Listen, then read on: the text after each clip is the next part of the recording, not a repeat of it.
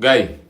comment vous avez vu moom tamit son entrée démb suñ capitaine le ministre de la défense Kalidou Koulibaly noonu leen gisee entrée woon démb avant tout c' est une très bonne chose nga gis Kalidou Koulibaly vraiment mu ñëwaat ci terrain parce que ñun ñëpp ñu ngi doon naan est ce que dina ci nekk wala du ci nekk mais man je reste sur ma position Kalidou Koulibaly bi ma gis démb pareegul moo tax ba léegi peut-être mën nañ ko récupérer durant la compétition et tout mais Kalidou Koulibaly bi démb gis nga ko il manque de rythme il manque de l' intensité nekkagu ci. C'est notre défenseur, c'est un cadre, nous l'aimons tous. Vraiment, ça fait plaisir de nous récupérer, mais pareil, c'est le très haut niveau. Avec ses exigences. Kalidou Koulibaly pareil, démb gis nga ko yenn accélération yooyu da ngay gis lenteur bi da ngay gis manque de rythme beeg yooyu nga xam ni gars pareil, c'est une bonne chose nag le fait que nga gis ko ci terrain c'est une bonne chose nga gis ko muy entraînement ak équipe beeg yëpp pare pour nga compter ci moom mais ne prenons pas de risque contre la France c'est le très haut niveau contre la France match la boo xam ne da nga soxla ay joueurs yu pare physiquement ak mentalement soxla woo ay joueurs yoo xam ne nekk à 60-70% pour man Kalidou Koulibaly bon peut-être buy ñëw mën na ñëw en deuxième mi-temps mais je vois pas Kalidou Koulibaly mu démarrer le match contre la France parce que Kalidou Koulibaly ba ma gis mu joué dem y avait l'envie bëgg-bëgg bi yëpp mi ngi fi mais physiquement ak côté rythme da ngay gis ni voilà ça reste des manquements quoi peut-être nag avec compétition beeg yooyu au fur et à mesure muy entraîner mën nañu récupérer la meilleure version de Kalidou Koulibaly. Iliman Ndiaye Iliman yow tamit on te reconnaît plus de bu la gars yi ragalee tamit man ragaluma la de vraiment li valable ci gars yi rek moo valable ci yow Iliman tu ne crées plus tu ne déclenches plus tu ne fais plus de différence Iliman Ndiaye c'est quoi le problème c'est quoi réveille-toi gaynde réveille-toi on a besoin de toi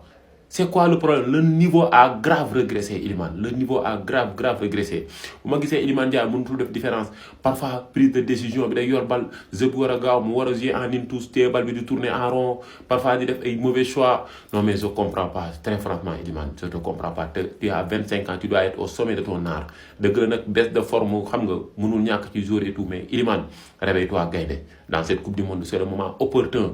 pour montrer de quel bois tu te sauves. C'est la Coupe du Monde, c'est le très haut niveau. Mais Iliman, ça reste beaucoup de choses à améliorer. Tu vois, Ibrahim Mbaye, 82e minute, 81e minute, le Pape Thiaw joué. Il a été plus intéressant que toi. Tu as tant de jeux que le jeune Ibrahim Mbaye a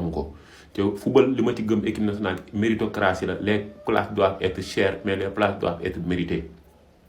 Ibrahim Mbaye mu ngi fi Assane Diao mi ngi fi il vient en position de force déjà bu dee place titulaire bi la rek Ismaïla Sarr mën naa ni daf la talonné parce que dem bi mu duggee il a fait mieux que toi le jeune Ibrahim Mbaye bu dugg see day apporter plus que toi est ce que doo perdre sa place titulaire mais est ce que doo perdre sa place joker de luxe mën nga génn ci choix Pape Thiaw yi de réveille-toi gaynde réveille-toi on veut voir la meilleure version de Iliman Ndiaye on veut voir notre Elichou bi demoon Kinshasa terroriser les Congolais on doute pas de tes qualités on doute pas de ton talent mais réveille-toi. Parfois, il faut travailler ton aspect offensif. L'efficacité offensive, c'est très important. Parfois, tu n'as pas besoin de tourner en rond pour faire un mauvais choix. Il faut faire l'essentiel et après on passe à autre chose. Ça reste des choses à améliorer, Ili. Mamadou Sarr, il y avait du mieux par rapport au premier match contre les États-Unis. Mais il y avait des manque de rythme, manque d'intensité, manque de confiance. Peut-être avec le temps, mais Mamadou Sarr, tey jii nii boo ci nekkee duñ sax xalaat Kalidou Koulibaly bu ci ñëwee ak bu ñëwul tey yow yaay taxaw ci wetu Niakhaté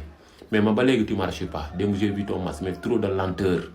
manque de confiance parfois problème d'alignement beneen bi stop mooy Mamadou Sarr li ma certes da nga am manquement de temps de jeu parce que du ma la index ci côté boobu bu doon Mamadou Sarr bi jógee Strasbourg la peut-être mais sa situation si Chelsea moo la xaw a pénaliser te football c'est le haut niveau parfois boo manqué temps de jeu rek day feeñ ci biir terrain mais Mamadou Sarr hormis tout ça là tu es un jeune défenseur day xajam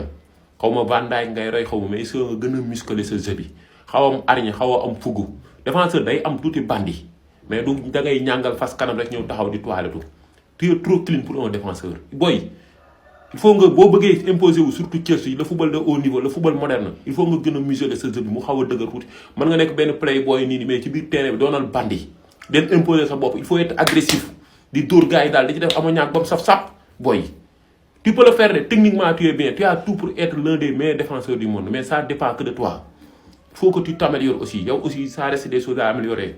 Voilà, dans le index carrément parce que tu as un manquement de temps de jeu. Il faut que tu ce club. Mais en tant que caractère, il faut des défenseurs, il faut avoir une toute rigueur, quoi, moussaf tout.